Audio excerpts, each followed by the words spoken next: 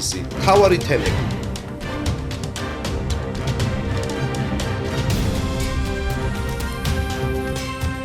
საზოგადოებრივ პოლიტიკურ თოქ-შოუში თემა ნანა რობაქიძესთან ერთად. საღამო მშვიდობისა პირდაპირ ეთერშია საზოგადოებრივ პოლიტიკური თოქ-შოუ თემა მე ნანა რობაქიძე ვარ. წარმოგიდგენთ სტუდიაში მოწვეულ სტუმრებს ქუთაისის საკრებულოს თავმჯდომარის პირველი მოადგილე მარეხი ნიჟარაძე, დიმიტრი მხეიძე, ქუთაისის საკრებულოს ფრაქცია ქართული ოცნების თავმჯდომარე. ძალიან დიდი მადლობა მობრძანებისთვის. ფაქტობრივად ერთი თვე გავიდა არჩევნების შემდეგ 2 დეკემბერია დღეს და ბუნებრივია საინტერესო იქნება თქვენი როგორც დეპუტატების მოსმენა ტელემაყურებლებისთვის, მით უმეტეს რომ კითხვები ნამდვილად დაგროვდა. ქაბატონ მარეხი, ქაბატონი ბრძანდებით და აი ამიტომ პირველ რიგში თქვენ მოგმართავთ. უკვე რამდენჯერმე ხართ საკრებულოს დეპუტატი. საინტერესოა, რამდენად საპასუხისმგებლოა თქვენთვის ეს პოზიცია. მოგესალმებით, მე ვისალმებით თქვენს ტელემაყურებელს. მესამე მოწვეული, რაც საკრებულოს დეპუტატი გახლავართ და ეს პოზიცია საერთოდ არის ძალიან დიდი პასუხისმგებლობა, როგორც ქალაქის წინაშე, ასე ყველა მოქალაქის აქ მაცხოვრებელი მოქალაქის წინაშე. რა თქმა უნდა, ამ პასუხისმგებლობას ვგრძნობთ, რომ და მაქსიმალურს ვაკეთებთ იმისთვის, რომ მათი ნდობა გავამართლოთ და ის მანდატი, რაც მათმა მოგვანიჭეს ჩვენ საერთოდ და ჩემს გუნდს, რომელიც დიდი უმრავლესობით არის დღეს საკრებულოში წარმოდგენილი. დიდი მადლობა, ბატონ დიმიტრი, ფრაქცია ქართული ოცნების თავმჯდომარე ხართ. იგივე კითხვით მოგმართავთ. რას ნიშნავს თქვენთვის ეს სტატუსი? პირველ რიგში მოგესალმებით, დიდი მადლობა რომ მოგვიწვიეთ, მასპინძლობთ. მადლობა თქვენ. ჩემთვის ძალიან დიდი პირველ რიგში ვალდებულება არის, შემდეგ ძალიან დიდი პასუხისმგებლობა არის და ძალიან დიდი შესაძლებლობები ჩემთვის რომ მე შევძლო რაღაც გავაკეთო ჩემი ქალაქისთვის, ჩემი ხალხისთვის, ჩვენი თანაქალაქელებისთვის, ჩემი გუნდისთვის, რა თქმა უნდა. ისევ თქვენ უნდა შეგეკითხოთ ბატონ დიმიტრი, საკმაოდ ცნობილი ექიმი ხართ. და საინტერესოა, რამდენად თავსებადია თქვენი პროფესია სტატუსთან, ხომ არ არის რთული? ხომ არ მოაკლდება დაუშვათ ამ შემთხვევაში პაციენტებს თქვენი ყურადღება, ან პირიქით საკრებულოში ხომ არ იქნება თქვენი პასიურობა? ძალიან კარგი კითხვა, სხვათა შორის, უბრალოდ ერთ რამეს ვიტყოდი, რომ მე ჩემი ნება რომ იყოს, რაც შეიძლება ბევრ ექიმს დაუძახებდი პოლიტიკაში. რატომ? მედიცინა თვითონ და ექიმის ფუნდამენტალური ფასეულობები არის ზუსტად ისეთი პრაქტიკულად ამომავალი წერტილი არის ის, რაც უნდა იყოს პოლიტიკოსის ამომავალი წერტილი, ვინც არის ნამდვილად ვისაც ქვია პოლიტიკოსის სახელი, სტატუსი აქვს პოლიტიკოსის, ეს არის ადამიანზე ზრუნვა. ეს არის საფუძველი, ეს არის ყველაფერი, რისთვისაც ჩვენ ვართ, მე პირადად რისთვის ვარ მედიცინაშიც და რისთვისაც ვარ პოლიტიკაში. დიდი მადლობა, ქალტურ მარეხი. წინა საარჩევნო შეხვედრები გქონდათ, ეს ვიცით უკვე ცნობილია ამის შესახებ. საინტერესოა, რამდენად განაგრძობთ მოსახლეობასთან კომუნიკაციას, რატომ არის მნიშვნელოვანი მათთან შეხვედრები, თუ კი გააქვთ ანალოგიური შეხვედრები და გექნებათ თუ არა მომავალში? რა თქმა უნდა, წინა საარჩევნო კამპანიის დროს განსაკუთრებულად არის მნიშვნელოვანი მოქალაქეებთან შეხვედრა, ჩვენი პროგრამების წარდგენა, ჩვენ რას ვაპირებთ ქალაქის განვითარებისთვის, რა გვაქვს დაგეგმილი და რითაც რა თქმა უნდა იპოვებ ხოლმე მანდატს და ნდობას მოქალაქეებისას, მაგრამ ეს არ ნიშნავს იმას, რომ საკრებულოში როცა შევალთ, ან წარმომადგენლთა ორგანოს წარმომადგენლები ვიქნებით, ამის მერე ერთი წამიც კი გაწყდეს მათთან ურთიერთობა. რა თქმა უნდა, ყველა ჩემი გუნდის წევრი, მათ შორის არ ვილაპარაკებ მხოლოდ ჩემზე, ყველა ჩემი გუნდის წევრს აქვს ყოველდღიური შეხება მოქალაქეებთან. პირადად ჩვენ ყველა მაჟორიტარს გვაქვს კვირაში ერთი დღე დაგეგმილი ადმინისტრაციული ერთეულში. ყველა მაჟორიტარს აქვს კვირაში ერთი დღე. კვირაში ერთი დღე. მე პირადად საფიჩხეაზე და იციან საფიჩხელებმა ეს გამოკრული ადმინისტრაციული ერთეულის კარებზე ყოველი სამშაბათი მაქვს შეხვედრა 12-დან 2 საათამდე თუ საჭიროება მოითხოვს, რა თქმა უნდა, მთელი დღის განმავლობაში. ამის გარდა ჩვენი ტელეფონი 24/7-ზე მუშაობს.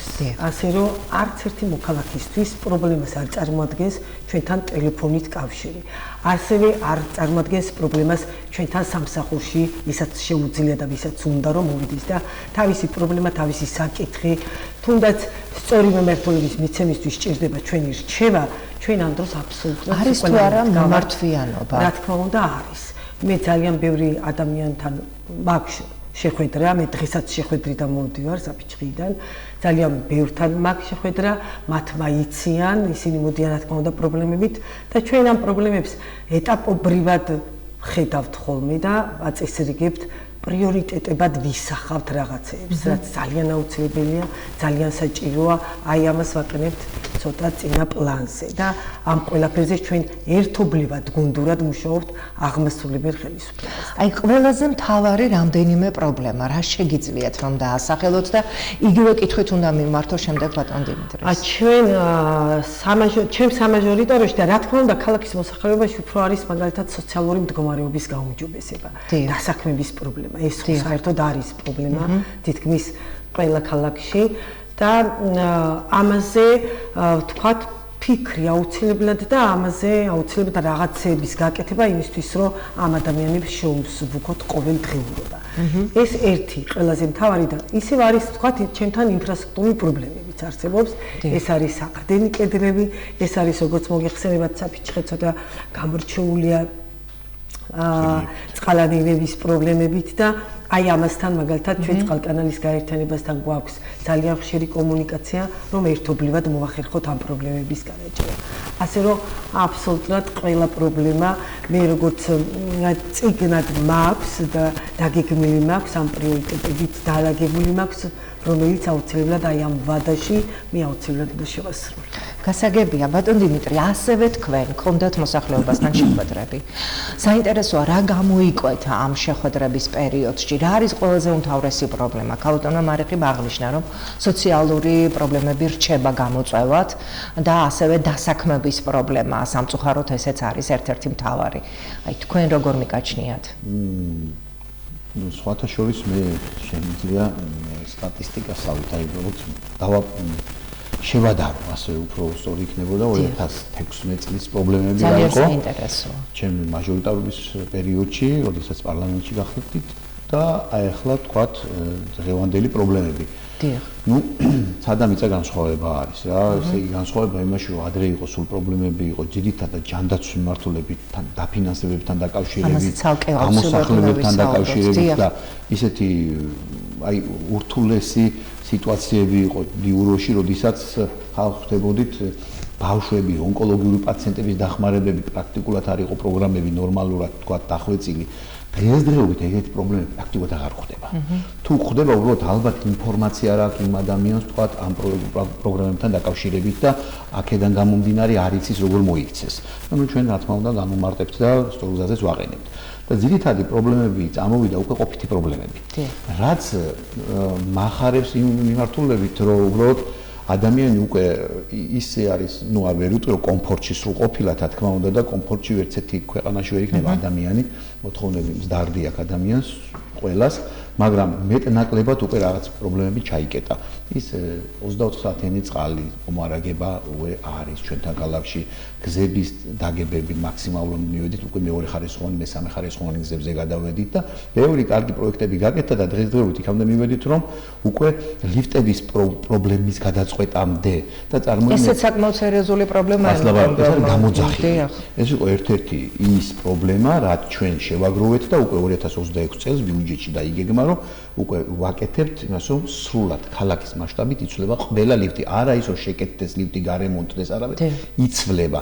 თავიდან ბოლომდე. სამწუხაროდ იყო არაერთი შემთხვევა დედაქალაქში. კი ბატონო და აქედან გამომდინარე, მაგრამ ეს იქნება რა თქმა უნდა ეტაპებზე გაწერილია დიდ ფინანსებთან არის დაკავშირებული, მაგრამ თავარი ის არის რომ ჩვენ ის პრობლემები რაც მოვიდა ხალხიდან ჩვენთან, ამ პრობლემებზე ჩვენ გუნდში ვიმსჯელეთ, რა თქმა უნდა ჩვენ ზემდგომებთანაც პარლამენტის წევრთან, ბატონ ზაზასთან ერთად, ბატონმა ზაზამ ეს ჩვენი პრობლემები ყველაფერი მიიტანა პრემიერთან და შემდეგ გადაწყდა ეს პრობლემები ჩაიშალა ჩვენსკენ და მაქსიმუმს ვაკეთებთ ამ მიმართულებით უკვე ბიუჯეტში გავწერეთ. მაგიდან ნელ-ნელა მაგ მიმართულებით მივდივარ. პადიესდების მოულა მაგალითად და აი ყველაზე საინტერესო რაც სადაც მართლაც მახარებს როგორც ძველ სპორტსმენს რომ ის რომ მოთხოვნა არის სტადიონებზე ეს როგორც სავარჯიშოებზე ბავშვებისგან მოთხოვნა კალათბურთის რაღაც ის უნდათ მოწყობა კუთხისაც შეიძლება კალათბურთის მულტიპროფილური კალათბურთის და ფეხბურთის მინი ფეხბურთის სტადიონების მოწყობა და ეს ძალიან კარგია იმიტომ რომ ესე იგი რაც უფრო მეტად ჩვენ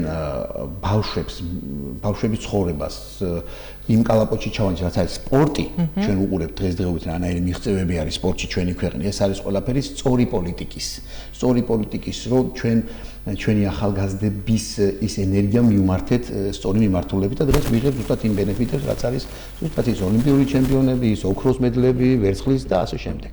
ეს პატარა სახელმწიფო ნამდვილად და ჩვენი სპორტსმენები ნამდვილად ასახელებენ საქართველოს. სპორტსმენი თქვით, როგორ ძველი სპორტსმენი, აუცილებლად უნდა გკითხოთ რა სახეობაში, ბატონ დიმიტრი? ორთაბრძოლებში და შემდეგ უკვე ექიმის პროფესია. ძალიან საინტერესოა. როგორ გადადით ორთაბრძოლებიდან ექიმობამდე? ალბათ მაგან განაპირობა რაღაც ნაწილობრივ. იმიტომ რომ ექიმობაც ბრძოლაა. რა თქმა უნდა, ბრძოლა არის ადამიანისთვის და არა მარტო, აი როგორ აიცით, შინაგანი ბრძოლა არის. შინაგანი ბრძოლა, რომ მაქსიმალურად იყო სწორ მხარეს და შენს მოვალეობას და ვალდებულებას და როგორ ვაპარალელებ პოლიტიკოსთანაც, რაც არის სწორი, იმას უნდა აკეთებდე.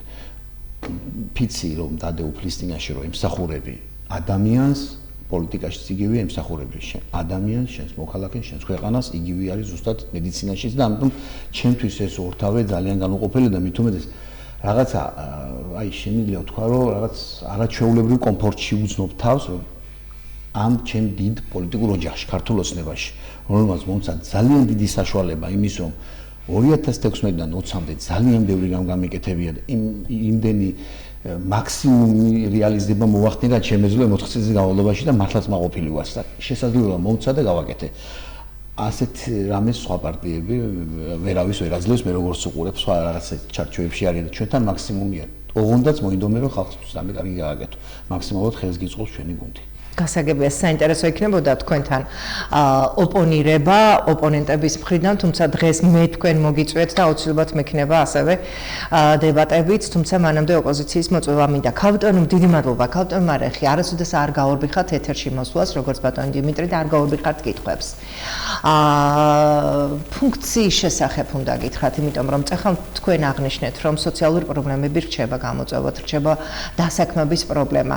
გვახსოვს ჩვენ სატახტო ქუთაისი, გვახსოვს ინდუსტრიული ქუთაისი, საპარლამენტოც გვახსოვს, საუნივერსიტეტოც გვახსოვს, ახლა ლიტერატურული ფესტივალი დაიწყო, მაგრამ მაინც რა არის ძირითადი ფუნქცია ქუთაისის, ან რა უნდა იყოს ძირითადი ფუნქცია ქუთაისის, იმისათვის რომ დასაქმების პრობლემა მაინც პირველ რიგში აღმოიფხვრას.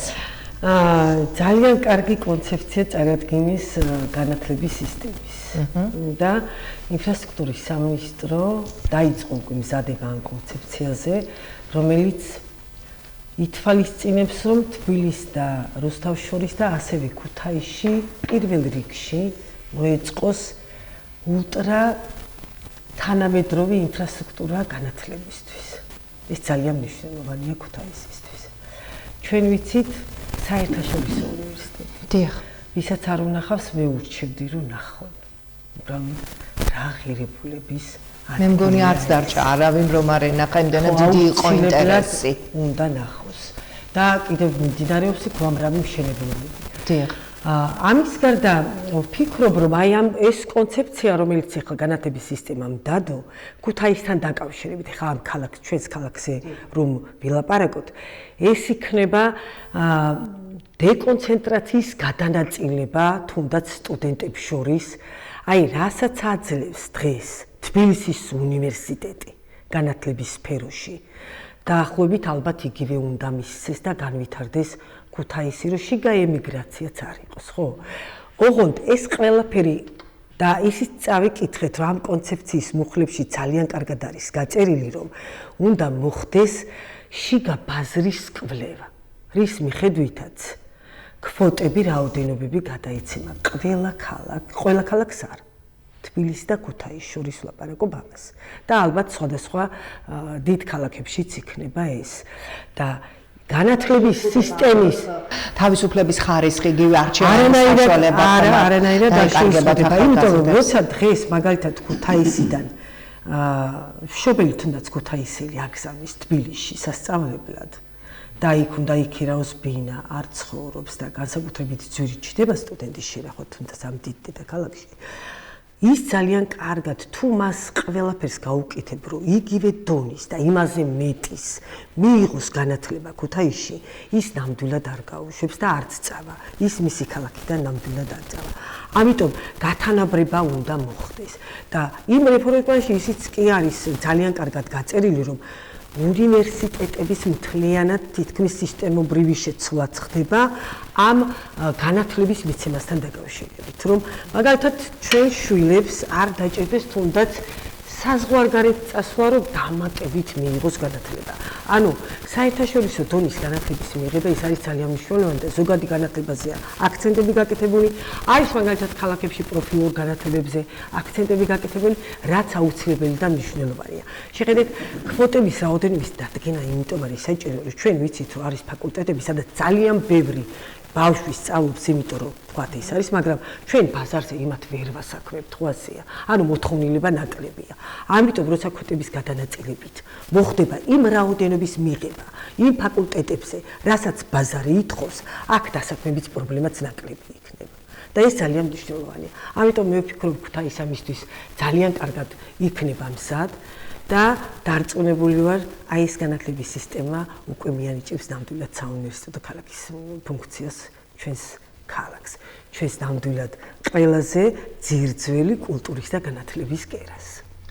ძალიან კარგი, რომ ამის იმედი არსებობს, თუმცა მანამდე ალბათ სერიოზული და გლობალური პრობლემებია მოსაგვარებელი იმისათვის, რომ საზღვარგარეთ არ წავიდეს სტუდენტი და არ კონდეს ამის ცნუნება, იგივე თბილისში არ წავიდეს თბილისის უზარმაზარი მიზიდულობის ძალა გააჩნია, ამისათვის უნდა იყოს პროფესიონალთა მთელი არმია, რომლებიც სტუდენტების ყურადღებას განსაკუთრებულად პროფესიონალები რამდენად გვაკლია, ხა ამას ნამდვილად მე ვერ გავაკეთებ ამ სტატიკის ამონაცემების იმას რა ქვია, თქვათ შეფარდებებს, მაგრამ ჩვენც ძალიან ბევრი კარგი პროფესორები გვყავს, ძალიან კარგი სპეციალისტები გვყავს და ამიტომ ჩვენს ქალაქში შეიძლება ნამდვილად ძალიან კარგი განათლების მიღება. კიდევ არის ვთქვათ, რომ აი ეს სისტემა, განათლების სისტემა, რომელიც პრემიერმა წარადგინა, ну ეს არის არაჩვეულებრივი, რა თქმა უნდა და ჩვენი ქალაქისთვის ძალიან მნიშვნელოვანი. და ჩვენ ძალიან კარგად ვიცით, განათლებული საზოგადოება ნიშნავს ძალიან ძლიერ ძალას. რა თქმა უნდა. კარგით, დიდი მადლობა, ბატონ დიმიტრი. ჯანდაცვის პროგრამებთან დაკავშირებით უნდა გკითხოთ. ზოგადად ყველას ვერ ჩამოთვლით, არ ეყოფა ნამდვილად ერთი გადაცემა, მაგრამ რა ძირითადი პროგრამები არსებობს ცალკე აღებული და აი ქუთაისისთვის კიდე ქუთაისის მოსახლეობისთვის ჯანდაცვის რა პროგრამები არსებობს, რომ ვუთხრათ ჩვენს ტელემაყურებლებს, იმიტომ რომ ამ კუთხით საკმაოდ სერიოზულად მიმდინარეობს მუშაობა, როგორც არის ცნობილი, როგორც ასევე განათლების კუთხით. რა თქმა უნდა, პირველ რიგში ქალბატონ მარეხის მადლობა, რომ აი მართლაც ზუსტად მიგნებით, ზუსტად იმ წერტილზე დააჭირა ზუსტად თითი, რომელიც არის მტკივნეული და ზუსტად აი ეს არის პრობლემის გადაწყვეტა, როდესაც იქნება ნორმალურად, სელექციურად პროფესიები შერჩეული და შესაბამისად კვოტები და ეს მომავალში საწინდარი იქნება იმის, რომ პრაქტიკულად უფრო უმეტესი პროცენტულად ჩვენი მოსახლეობის იქნება დასაქმებული. რაც ეხება ჯანდაცვას. ჯანდაცვის მიმართულებით ეს ძალიან დიდი საკითხი არის და ამიტომ მოდით შემოვიფარგლები ზოგადი მონაცემებით, ესე იგი მიახლოებით 27 პროგრამა არის თავის პროგრამებით ქუთაისში, რომელიც მუშაობს ძალიან ესეთი ძლავრი პროგრამები არის და პრაქტიკულად როგორ არის, იცით, აი რომ შევადაროთ ჯანდაც ჩვენთან ქუთაისში თქვათ იყო ისეთი პროექტები, რომლებიც დღესდღეობით აღარ არის იქიდან გამომდინარე, რომ სახელმწიფომ ჩაანაცვლა. დაიწყო თქვათ მაგალითად ონკოლოგიური პროგრამების მიმართულებით პრაქტიკულად ყველაფერს უკვე სახელმწიფო აფინანსებს, მაგრამ არის რაღაცა რჩება, თქვათ ფანჯარა, რომელშიც სახელმწიფო ვერ ერთვება და აი ამ შემთხვევაში უკვე ვერთვებით ჩვენ.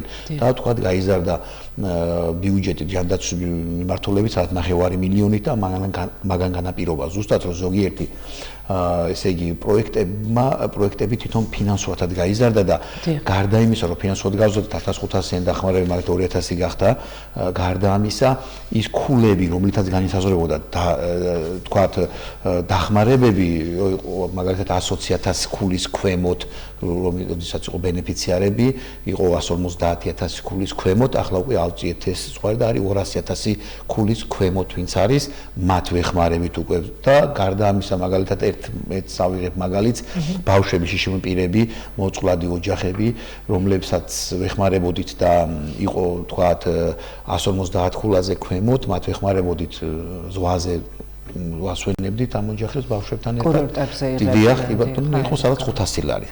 დაფინანსება დღესდღეობით გავზარდეთ 800 ლარამდე და გავზარდეთ კიდევ ქულების რაოდენობა 200 ქულას ქვემოთ ვინც არის.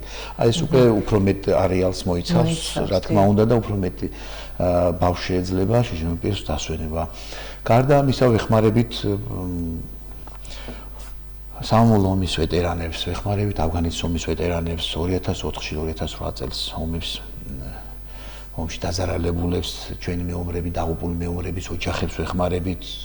დახმარებები არის ყველა მიმართულებით, ტრანსპორტის მიმართულებით დახმარებები არის, ბავშვებისთვის შეღავათებია, პენსიონერების შეღავათებია და მაქსიმუმ საკეთებს ჩვენი მთავრობა, ჩვენი გუნდი, რომ აი როგორც თავში ვთქვი, რომ ყველაფერი არის ორიენტირებული ჩვენ თანამოქალაქეებზე, ჩვენი ქუთაისის მკვიდრზე და მაქსიმალურად მოქნილი და ეს პრობლემები, აი რაზეც ჩვენ დღესდღეობით მუშაობთ და პრაქტიკულად გადაჭრილი არის ბევრი პრობლემა, ეს არის ყველაფერი ის შეგროვებული ამდენი წლების განმავლობაში, მაჟორიტარები რომ ხვდება ხალხს, ვინც ავართ არა აქვს მნიშვნელობა ჩვენი გუნდის წევრები და არა მარტო ბიუროში ხვდებით ჩვენ ხალხს, ჩვენ ხვდებით ხალხს პარტიაში, ყოველდღიური შეხვედრები დღეს მაგალითად მე ვიყავი პარტიაში, რამოდენიმე ადამიანს შევხვდით, გავისაუბრეთ სხვადასხვა ყოფით პრობლემებთან დაკავშირებით, ეს ყველაფერი მე შემდეგ იკრიბება უმრავლესობაზე დგება ყველაზე პრიორიტეტული საკითხები, პირველი ჯერობის საკითხი, შემდეგ მეორე, მესამე და ამის მიხედვით უკვე გუნდი ვმუშაობთ, რა თქმა უნდა, აღმასრულებელთან ბატონ მერთან ერთად, რომელიც არის არაჩვეულებრივი პიროვნება ბატონი დავითი, ძალიან მოქნილი და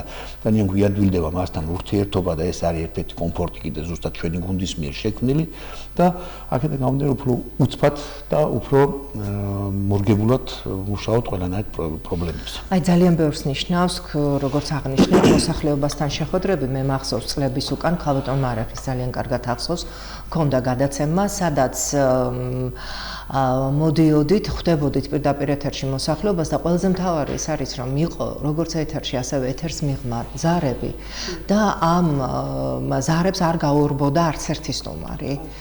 პასუხობდნენ შემდეგ უკვე ეთერს მიღმა, ჩვენგან წასულები თქვენ აგროვებდით ამ პრობლემებს და მათ ხვდებოდით, მოდიოდნენ თქვენთან და რაღაც აი ამ ჯაჭვური რეაქციის მეშვეობით ძალიან ბევრი რამ კეთდებოდა და ამეთანხმებით მე მგონი არ იქნება აუსარგებლო თუ კი კვლავ განვაგრძობთ მსგავს კომუნიკაციას მოსახლეობასთან, იმიტომ რომ კარგია შეხვედრები, თუნდაც ყოველდღიური ადგილზე, მაგრამ როდესაც ტელევიზიით ფართო მასებს მოიცავ, რაოდენობრივად პრობლემების შესახებ უფრო მეტი იცი და ინფორმაციას უფრო მეტად ფლობთ. ქალბატონ მარეხი, ხართ ქალთა ორგანიზაციის ხელმძღვანელი და საკმაოდ ძლიერი გუნდია ეს ქალთა ორგანიზაცია. ვინ არის გაერთიანებული? რა არის თქვენი მთავარი მისია ორგანიზაციაში? ქალების მთავარი მისია. ზოგადად ქალების მისია ეს ცალკე საქმეა და ცნობილია, მაგრამ ქალთა ორგანიზაციას ვგულისხმობ ამ კონკრეტულ შემთხვევაში. ესე იგი, ბატონო, ძალიან დიდი მადლობა ის რომ გამახსენეთ, რომ ჩვენ პარტიის ოფისში გვაქვს ყოველდღიური მორიგეობები და ქალაქებს აქვს საშუალება იქაც რომ მოვიდნენ ჩვენთან შევხვდნენ, იმიტომ რომ ჩვენ ვართ ყველანი თითქმის ერთად ვართ ხოლმე, როგორც სიითი წევრები, პროპორციული სიით შემოსავლიანი დეპუტატები, ასევე მაჟორიტარი დეპუტატები და ჩვენ მოქალაქეებთან განსაკუთრებული ურთიერთობები გვაქვს ხოლმე და განსაკუთრებულად თქვათ ის პარტიის ოფისი მაინც ჩვენთვის როგორც ოჯახი ისე. კი, ნამდვილად. და ძალიან კარგია ეს ყოველდღიური მორიგეობა იქ, აბსოლუტურად ყოველდღიური. ყოველდღე გვაქვს ეს მორიგეობა. ეხლა რაც შეეხება ქალთა ორგანიზაციის ჩამოყალიბებას, ქალთა ორგანიზაციის ხელმძღვანელი გახლავთ ფრაქცია ქართული დემოკრატიული საქართველოს ქალბატონი ნინო წილოსანი, რომელიც არის ძალიან აქტიური, ძალიან ჩართული ამაში, ქალთა უფლებების დაცვაში განსაკუთრებით და მე პირადად ახლა ვარ იმერეთის რეგიონის თავმჯდომარე, რომელშიც შედის 12 მუნიციპალიტეტი და რეგიონულად ყველაზე დიდი ორგანიზაცია მაქვს. მე ჩვენთან გაერთიანებული არიან გამგეობის წევრები გვყავს ყველა მუნიციპალიტეტში და გაერთიანებული არიან რა თქმა უნდა ის ქალბატონები, ვინც იმ იდეოლოგიას ითვალისწინებს, რაც ჩვენს პარტიას აქვს საერთოდ და ამ იდეოლოგიის მომხრეა და ამ იდეოლოგიის განხორციელებაში არის ნამდვილად ჩართული და ამის გარდა ყველა მუნიციპალიტეტში გვაქვს ჩვენი გამგეობის წევრები, ასევე გვაქვს საინიციატივო ჯგუფები, ძალიან ბევრ ქალბატონს მოვიცავთ ჩვენ ყველა მუნიციპალიტეტში და ეს საინიციატივო ჯგუფიც არის დაკომპლექტებული ძალიან აქტიური ქალბატონებით, თუნდაც დასაქმებული ისეთ ადგილებზე, ვისაც ყველაზე დიდი შეხება აქვს მოსახლეობასთან და ძალიან ბევრი ინფორმაცია და მათი სადგომარი და ყველაზე კარგი იმიტომ იყო ეს ქალთა ორგანიზაცია, რომ აი მაგალითად თუ ადგილზე რაიმე ვთქვათ ისეთი გვაქვს, რომელსაც ჩვენ ვერ წყვიტათ ან გადაწყვეტილებით ჩვენ შემდგომები გვჭირდება, ჩვენ ძალიან მარტივი და კარგი კომუნიკაცია გვაქვს ხოლმე აი თუნდაც ქალბატონ ნინოსთან, აი შემდგომებთან, რომელთაც ვაწოდებთ ხოლმე ყოველდღიური ინფორმაციას, აი ჯანდაცვის მიმართულებით მუშაობს ქალბატონი ირმა ზავრადაშვილი, რომლის საშუალებითაც ჩვენ უშუალო კომუნიკაცია გვაქვს, თუ მაგალითად ადგილობრივად ამას ვერ ვახერხებთ და ჩართული ამაში როგორც პარტიის თავმჯდომარები ადგილობრივი, ასევე ქალაქის მერებიც და ყველა ერთად ყავს მოცული, როცა ვთქვათ ჩვენს ირგვლივ რამე ისეთი პრობლემა არის, რომლის გადაჭერაც აუცილებელი და საჭიროა და თუ ვთქვათ ადგილობრივად ეს არ ხერხდება და მეტ დიდ კომპეტენციას მოითხოვს და მეტ ჩართულობას მოითხოვს, გვაქვს ძალიან მარტივად კომუნიკაცია შემდგომ თან ორგანოებთან, ისევე კიდევ ვახსენებ ქალბატონ ირმასთან, რიმა პირაძესთან, ირმა ზავრადაშვილთან, რომელიც მაქსიმალურად ყავს ჩართული ამაში განსაკუთრებით ჯანდაცვის მიმართულებით და ქალბატონ ნინო წილოსანთან, რომელიც სერიოზულად არის ჩართული იმისთვის, რომ ყველა პრობლემა მიიტანოს იქ, სადაც საჭიროა, რომ რაც შეიძლება დროულად მიიტანოს და ეფექტურად გადავწყვიტოთ ეს პრობლემა. გასაგებია. ქალბატონ მარეხი 25 ნოემბრიდან 10 დეკემბრის ჩათვლით მიმდინარეობს საერთაშორისო კამპანია ქალთა მიმართ ძალადობის წინააღმდეგ. მე ისევ ქალების საკითხს განვაგრძობ და ამიტომ მოგმართავთ შემდეგი კითხვით. რამდენად ხართ თქვენ ამ კამპანიაში ჩართული და ამ კამპანიის ფარგლებში რა კეთდება დაუშვათ იგივე თქვენი ხელმძღვანელობით, იმ ქალბატონების ხელმძღვანელობით, ვინც გაერთიანებულია ქალთა ორგანიზაციაში? ქალთა ორგანიზაციაში ვინც არის გაერთიანებული, რა თქმა უნდა, ქალთა ორგანიზაცია ჩართულია ამაში, მაგრამ განსაკუთრებით ახლა არის ჩართული საკრებულოსთან არსებული ქალებისა და ბავშვთა უფლებებზე მომუშავე საბჭო, რომლის თავმჯდომარედ ამ ეტაპზე გახლავართ მე. მათ ყავს გაერთიანებული საკრებულოს წევრები, ასევე აღმასრულებელი რგოლი, სოციალური სამსახურის მუშაკები, რომლებიც უშუალოდ აქვთ შეხება იმ მოწყვლედ ჯგუფებთან, ვისაც თქვათ ყველაზე მეტად ესაჭიროება ამ დროს და ვისი უფლებების ჩვენ უნდა დავიცვათ. რაც შეეხება იმას, როგორ ვართ ჩართული, თითქმის ჩვენ ყოველწლიურად ვართ ამ კამპანიაში ჩართული. ბატონ თითოს ეცინება კაცების მიმართ ძალადობაზე თუ ხართ ხოლმე ჩართული და ყველგან ვართ ჩართული, სადაც ძალადობაა. ჩემთვის ძალადობა მიუღებელია ყველასთვის. სქესი ძალადობას არ აქვს. ფერი არც ასაკი. ძალადობა არის ძალადობა და ძალადობა გასაგმობი აბსოლუტურად არ აქვს მნიშვნელობა. ადამიანთან ძალადობა იქნება, ეს ყოველზე ძალადობა იქნება საერთოდ.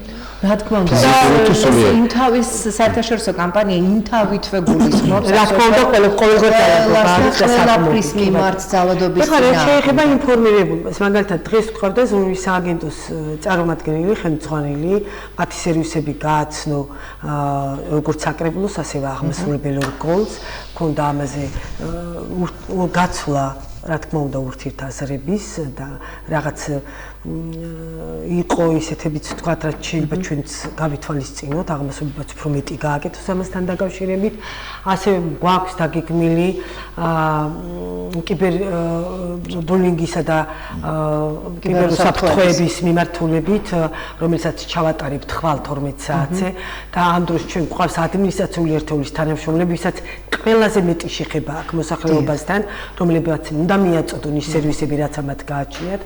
ასევე უფასო იურიდიული დახმარება აქვს სპეციალურად სახელმწიფოს შექმნილი ამათ მიმართულებით.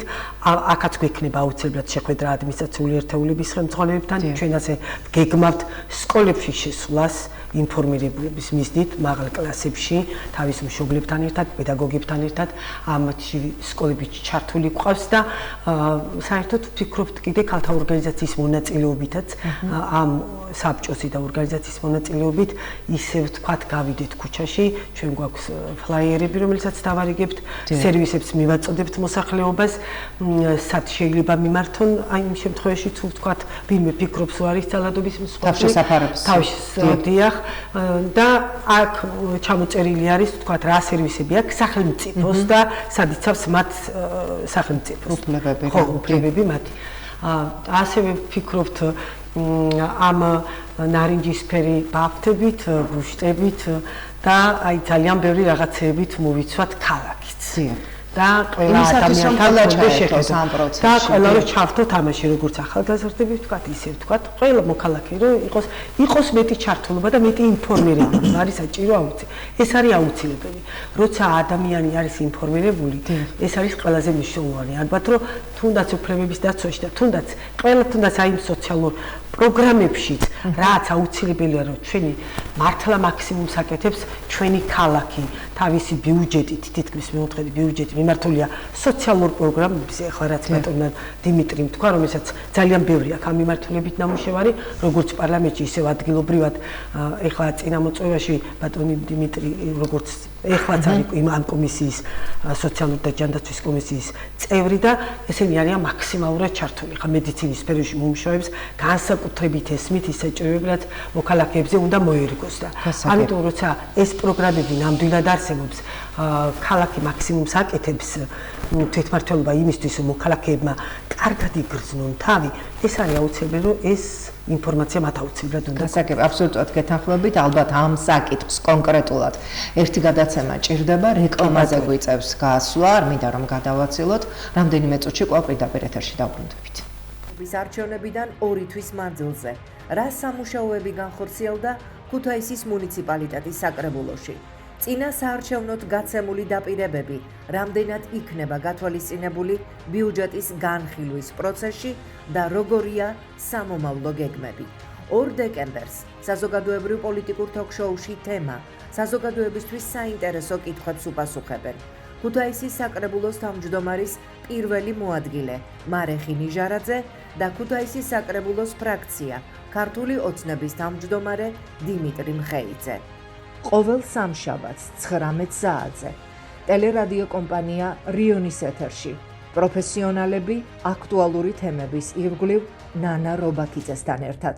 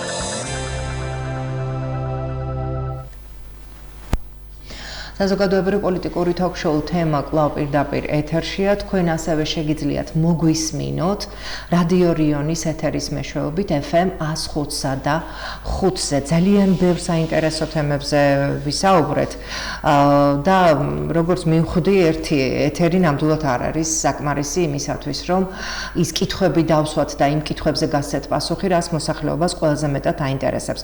ბიუჯეტის ფორმირების პროცესი მიმდინარეობს ახლა საკრებულოში, ძალიან ბევრი საკითხია ისეთი, რაც მოსახლეობას ააწუხებს, მით უმეტეს წინასაარჩევნოდ თქვენ გაეცით დაპირებები და პრობლემების შესახებ ნაწილობრივ ვისაუბრეთ.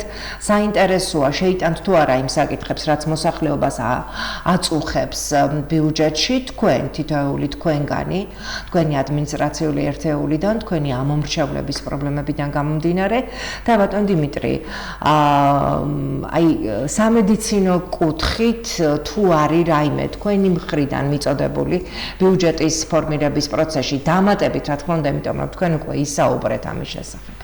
კი, მუშაობთ ნამდვილად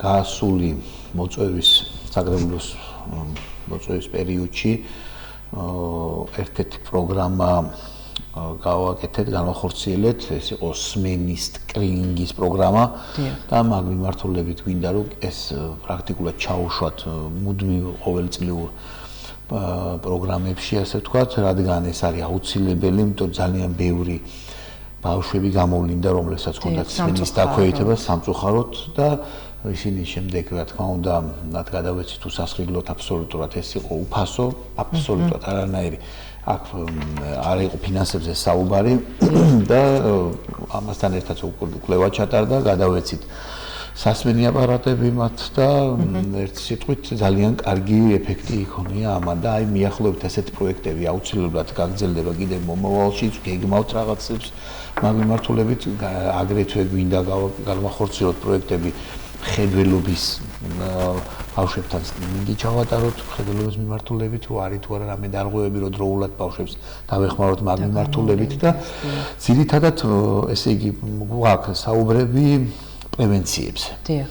პრევენციების სხვადასხვა დაავადებების, გინდათ ეს იყოს სკრინინგების სხვადასხვა, თქვათ, ონკოლოგიური დაავადებების და სხვადასხვა დაავადებების სკრინინგი, რომ დროულად მოხდეს რეაგირება ამ თუ იმ დაავადების შემდეგ, რაც უფრო მეტად ადრე აღმოაჩენ დაავადებას, მით უფრო მეტი იულია სამკურნალოთაც და გამოსავალიც დადებითია უფრო. გასაგებია ხომ არ დაამატეთ ეს კარტონ მარკი ბიუჯეტთან დაკავშირებაში რა თქმა უნდა მაქსიმალურად ვარ ჩართული აღმასრულებელი ვთქვათ არც არასდროს არ ყოფილა ისე რომ წარმატებით ორგანო არ ჩაერთო სინაში ბოლოს ჩვენ უნდა მივიღოთ ეს ბიუჯეტი და აუცილებლად ყველა საკითხი თითქმის და პრიორიტეტები ჩვენთან ერთად გადიან ისინი და განსაკუთრებული თანამშრომლობა გვაქვს ხოლმე ამ პერიოდში როცა ბიუჯეტი დგება ჩვენ სახალხო განხილვაც გავაკეთეთ აკაკი წერეთის უნივერსიტეტში ამასთან დაკავშირებით დაისვა კითხვები და ძალიან კარგი კითხვები სხვათა შორის და რა თქმა უნდა ჩვენი პრობლემები რომლებიც ჩვენ სამაჟორიტარიობიდან არის მოსული ეს არის გათვალისწინებული თქვენ იცით რომ პირველი ბიუჯეტის პროექტი ხა უკან არის დაბრუნებული რეკომენდაციებით და აწი ალბათ ჩვენ ისევ განვიხილავთ ამ ბიუჯეტს ამდენად იყო შესაძლებელი ყველა რეკომენდაციის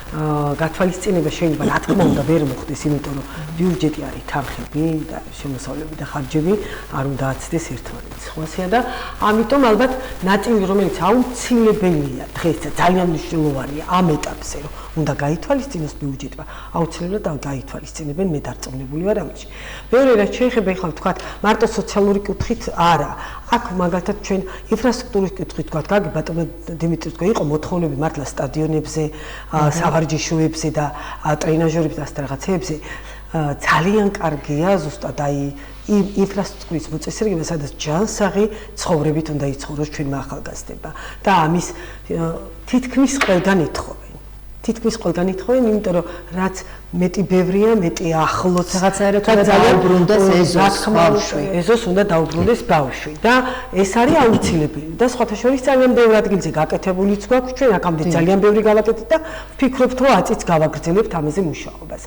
ეხლა რაც შეეხება იმას რომ პრიორიტეტი არის სპორტიც რა თქმა უნდა არის კულტურაც ქალაქში და არის ბაღების გაერთიანების მიმართულებით ეხლა ეს ყველაფერი არის იმდენად მოცვადი და თქვენ კი იცით რომ ეხლა ჩვენი ბაღები რომელიც ჩვენი IP-ა და ჩვენი ბაღების გაერთიანება არის იქ არის არაჩვეულებრივი ბავშვების ძალიან დიდი რაოდენობა ყავთ მაგათ აქ მოსაწესრიგებელია ინფრასტრუქტურა, კვება მოწესრიგებულია და არაჩვეულებრივია და რაც ვთქვათ, მათ ჭირდებათ ახლა საჭიროებები, რაც არის ძალიან დიდი თანხებია, ამაშიც ჩადდება. შენდება ახალი ბაღები მაქსიმალურად. შენდება ახალი ბაღები მაქსიმალურად და მაქსიმალურად ვფიქრობთ, რომ აი იმ აღსასრულებიდან დავიწყოთ და ამის მერე უკვე ხდება სხვა განვითარება და ბაღი არის ის ადგილი, სადაც ყველაზე კარგად ადაპტირებული ხდება ბავშვი და იგებულობს თქვათ ის სივრცეს, რაც აღზრდელობითი სივრცეა. თუ კი ბაღების საჭიროება არსებობს ქუთაისში, ესე იგი მოსახლეობის რაოდენობა ნორმალურად აგვაქვს და იმედს ვიქონიათ. შეიძლება დემოგრაფიული პრობლემები ახლა ქვეყანას აქვს, რა თქმა უნდა და შეიძლება ნაწილობრივ ქუთაისაც აქვს და არ შეიძლება ჩვენ ხო არა ვართ ცალკე კონცული დემოგრაფიული მდგომარეობა, რა თქმა უნდა, ცოტა პრობლემული შეიძლება იყოს ქვეყანაში, მაგრამ ეს ყველაფერი ალბათ გასაგებია. ქავტონ მარეხი, საკრებულოში ოპოზიცია არის უმცირესობის წარმოდგენილი. სულ რაღაც რამდენიმე ადამიანია, 3 ადამიანი, მე აუცილებლად მინდა მომდევნო გადაცემებში მათი მოწვევა და მათი მოსმენა. საინტერესოა, თქვენ რა სიტყვით, რამდენად მნიშვნელოვანია მათი ხმა საკრებულოში და თქვენი თანამშრომლობა როგორ მიმდინარეობს? იცით რა არის? ოპოზიცია ხარ, რომელიც წარმოდგენილია ჩვენთან 3 პარტიიდან არიან, 3 ადამიანი გვყავს. ნუ ჩვენ იყო 2 საკრებულოა, რაც თქვათ ერთმანეთში ვხვდით და არაფერი ისეთი არ გქონია, ოპონენტებიც შეიძლება ჯანსაღი იყოს. ნუ რეპლიკები შეიძლება იყოს, რომელზეც პასუხი გაიცათ და აუცილებლად შეიძლება უპასუხოდ ვერ დავტოვებთ ვერც ერთ არასწორებულ იგას, რა თქმა უნდა. თორე ჯანსაღი ოპონენტებს რა ჯობია მოინატყო ქვეყანას ჯანსაღი ოპოზიცია. ოპოზიცია ფაქტიურად ჩვენ არ გვყავს გამოტანილი და ამიტომ ვისურვებდი ჯანსაღ ოპონირებას და ჯანსაღი ოპონირებისთვის და მათი აზრის კათოლიციზმისთვის ჩვენი გუნდი არის მსად. ეს არის თქვენი მოსახლეობა. ოღონდ ქალაქის კეთილდღეობაზე. ჩვენთან ერთად. ვინც ჩვენ ფერხულში აყვება მოსახლეობასთან ურთიერთობაში, მათ ზრუნვაში. ვინც ჩვენთან ერთად წამოვა და ამაზე ჩვენთან ერთად დაიწყებს ზრუნვას, ყველა ადამიანი აბსოლუტურად აი როგორ ფიქრობთ, რადგანაც თქვენ ეს წინადადება დააჟღერეთ, როგორ ფიქრობთ, ოპოზიციის წარმომადგენლები, რომლებიც ამ ეტაპზე საკრებულოში არიან, მათი განწყობა როგორია? ოპოზიციიდან ვერასოდეს ვერ მივიღებ აღმშენებლობასთან დაკავშირებით. იმას ვერასოდეს ვერ მივიღებთ, რომ თუ ადამიანმა ვერ დაინახა რა ხდება კარგი ქვეყანაში და მხოლოდ შავფერებში უყურებს რამეს, ვერანაირად ოპოზიციად ვერ აღვიქვამდი იმას. გასაგებია. თქვენ რა სიტყვით, ბატონ დიმიტრი? სხვათა შორის ძალიან საინტერესო პერიოდში ვცხოვრობთ ჩვენ ქვეყანაში. იყო ერთ მმართველობა, რასაც მოესწარი პრაქტიკულად საბჭოთა კავშირი. შემდეგ იყო პრაქტიკულად ქაოსი, შემდეგ კიდევ ერთ მმართველობა და დიქტატურა. კი ბატონო, და 2012 წელს აი სრულ თავისუფლებაში შეაბიჯა ჩვენმა ქვეყანა 2012 წელს. ეს თავისუფლების ვაკუუმი დაიკავა როგორც ქართულმა ოცნებამ, ისევე სხვადასხვა პარტიებმა. და ძალიან სამწუხაროა, რომ აი ბევრმა სხვადასხვა პარტიებმა არასწორი გეზი აიღეს. რას გულისხმობთ? არასწორი გეზი, აი ზუსტად ისევე უბრუნდები ექიმობის და პოლიტიკოსობის სიმბიოზის თემას, რომ რა არის მთავარი. მთავარი არის ამ შემთხვევაში ვიტყოდი ადამიანი, რა თქმა უნდა და ქვეყანა.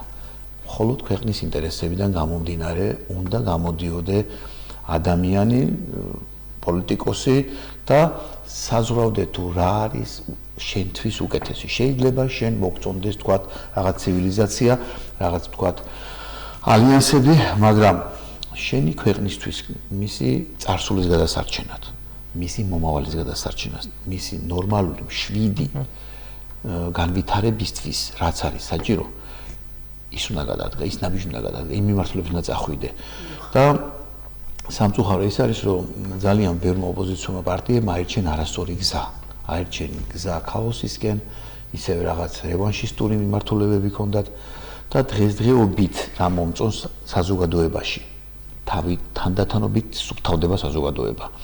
თანდათანობით სუფთავდება ზუსტად იმ რევანშისტული ძალებიდან, იმ უცხო ქვეყნიდან მართული ძალებიდან თავისუფლდება და უკვე ემზადება ჩვენი საზოგადოება გარდა ქართული ოცნებისა კიდევ რაღაცა ახალი ძალა რომ მოვიდეს.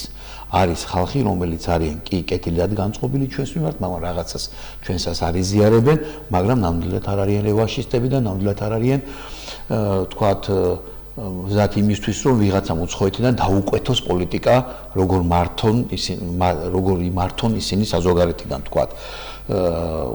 არიან უფრო მეტად ეროვნულად განწყობილები, ბევრი უფრო სხვანაირი ფასეულობები წამოვიდა, აი მაგალითს გეტყვით ახალგაზრდებთან მიმართებაში, როდესაც მუშაობდით კონსტიტუციაზე, მახსოვს ბატონმა ირაკლიმ გთხოვა პარლამენტის წევრებს, მაჟორიტარებს, რომ ჩვენ სამაჟორიტაროში სკოლებში დამამთავრებელ კლასებთან გაგვიარა ის საკვანძო საკითხები, რაც იყო მაგალითად უცხოელებზე მიწის გაყიდვის თემა და ოჯახური ფასეულობების თემები და ზუსტად აი იქიდან შეგროვებული მასალით მივედი შემდეგ და ზუსტად იქ ჩაიწერა კონსტიტუციაში, გაიწერა ყველაფერი პუნქტობრივად, რა არის ჩვენი ფასეულობა, რა არის ქართული ოჯახი, რომ ეს არის ქალის და კაცის ურთიერთობა, ერთობა, რა თქმა უნდა და ასე შემდეგ ყველა ის ფასეულობები, რაც არის დღესდღეობით კონსტიტუციაში გაწერილი.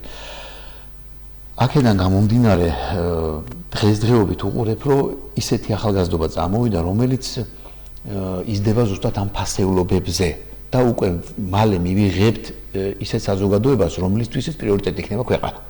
რა თქმა უნდა, ოჯახშიც არის ადამიანები, რომლებიც ერთმანეთს ვერ უგებენ, თქვათ, მაგრამ მათთვის ფასეულობია მისი ოჯახი. ვერ დავხუჭავთ თვალს იმაზე, ბატონ დიმიტრი, რადგანაც თქვენ შეეხეთ ამ თემას, რაც მიმდინარეობს აუშვათ იგივე თბილისში, ქუთაისშიც მერიის წინ აქციები არ ჭირდება უკვე მე რამდენი დღე არის, ამას დღეზე მეტი და თბილისშიც რუსთაველის ქუჩაზე თქვენ ახალგაზრდების შესახებ ყვებოდით ახლა და არაერთი ახალგაზრდა გამოდის პოლიტიკური პარტიების წარმომადგენლების განთავისუფლების მოთხოვნით და აქვთ კიდე მათ სხვა მოთხოვნები. და ერთი კითხვა მექნება, მაშინ მოდით ერთ კითხვაზე კითხვით გიპასუხებთ. რისთვის გამოვიდნენ? არა, მე უნდა დაგისვათ თქვენ შეკითხვა, იმიტომ რომ მე მიმყავს გადაცემა, ბუნე არა ვარ თქვენ ოპონენტი ამ შემთხვევაში. მე გიპასუხებთ მაგ კითხვაზე. რისთვის გამოვიდნენ? აპროტესტებდნენ გამჭირვალობის კანონს. რომელ კანონს, რომელიც ახლა ევროპარლამენტმა მიიღო? თვითონ თავიანთ ქვეყანებში მიიღეს? ამ კანონს აპროტესტებდნენ, რომელიც ჩვენ დავასწარეთ და მივიღეთ მეტი ადრე. ამით ჩვენ უკვე პრევენცია მოვახდინეთ იმის, რომ საზღვარგარეთიდან აღარ იმართებოდეს პოლიტიკური სიტუაციები ჩვენს ქვეყანაში.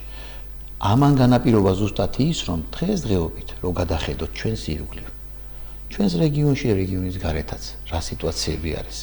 ომები, კონფლიქტები, ლოკალური, დიდი, გლობალური ქვეყნები იშლება პრაქტიკულად ხალხი ნადგურდება ასობით, ასობით, 9 მილიონი დაღუპულები ომებში და ამ დროს ჩვენი ქვეყანა დგას მყარად.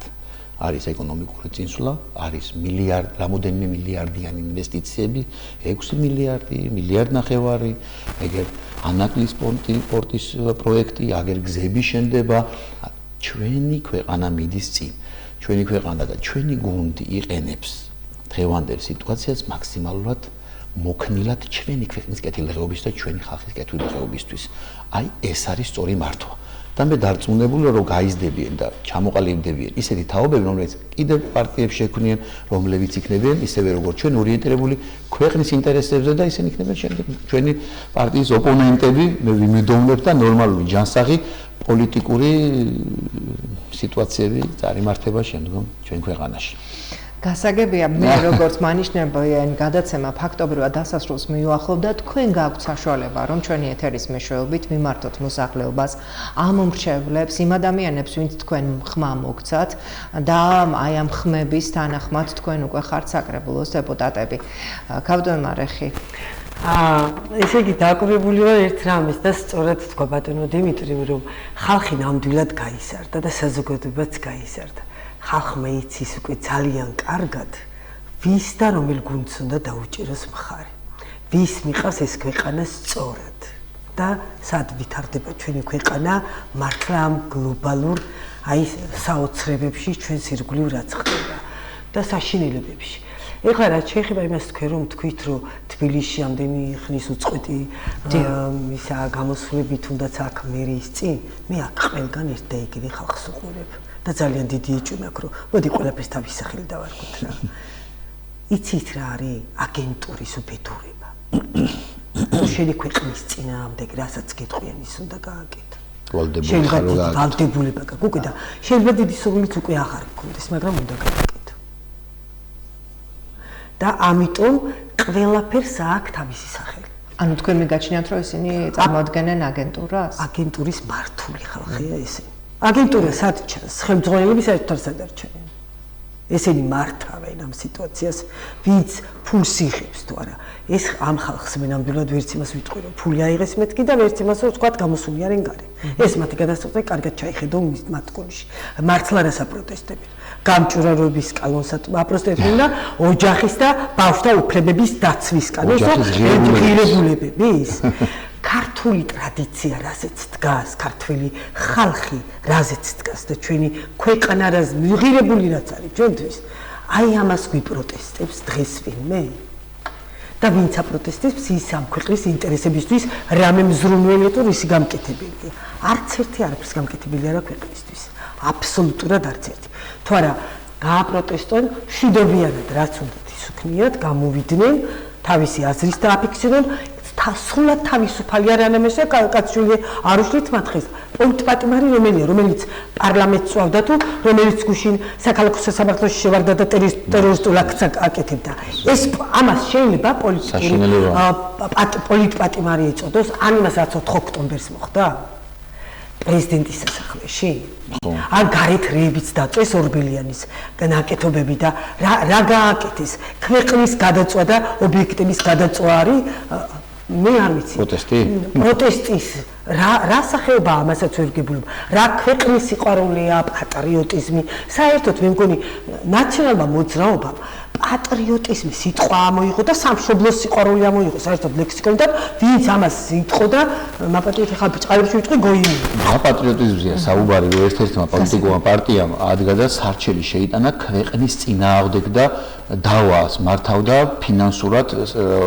ნახევარს ითხოვდა პრაქტიკულად მაშინდელი ბიუჯეტის რაღაც საკმაოდ ესეთი დიდი თანხა იყო ერთ-ერთი პოლიტიკური პარტია თქვით ხომ ვერ მე არ დავასახელე ყველა მაგი ხაზარებზე ჯაპანით ეხლა რაც შეეხება ჩვენს მოსახლეობას ძალიან დიდი მადლობა იმისთვის რომ მათმა მართლანდობა გამოუცხადეს იმ გუნდს ქუთაისში რომელმაც ღირსეულად უნდა იმსახუროს თითოეულ ქუთაისელს და მე ვდებ პირობას ჩემ გუნდთან ერთად რომ ჩვენ მათ ნდობას გავამართლებთ გასაგებია დიდი მადლობა ბატონ დიმიტრი ასევე თქვენ შეგიძლიათ მიმართოთ ამ მომრჩეველს ქუთაისის მოსახლეობას პირველ რიგში ძალიან დიდი მადლობა რა ნამდვილად ყველაფრისთვის მადლობა ადამიანებო ჩემო მეგობრებო ყველას ქუთაისლებს რომ აი მოგვეცით საშუალება იმის თუ გინდათ ჩემი პირადად 2016 წელს მართლაც რა ვიცი დიდი იმით ლეგიტიმაციით შევედით პარლამენტში ჩვენი გუნდი კონსტიტუციური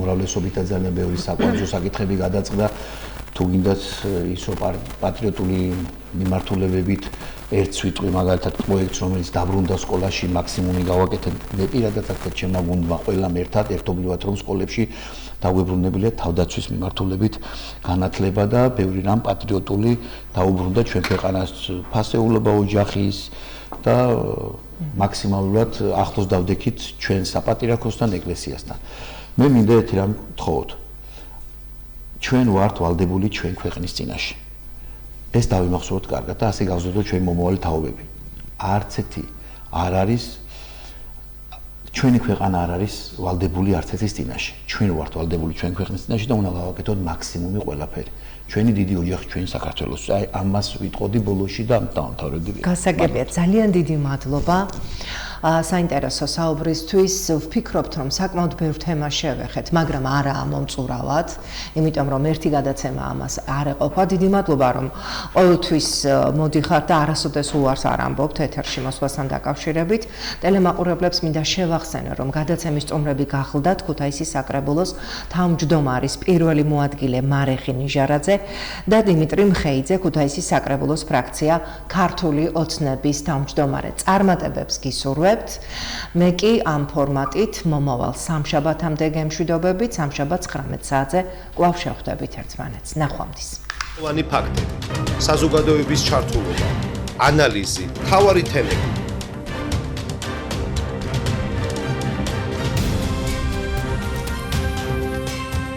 საზოგადოებრივ პოლიტიკურ თოქ-შოუში თემა ნანა რობაქიძე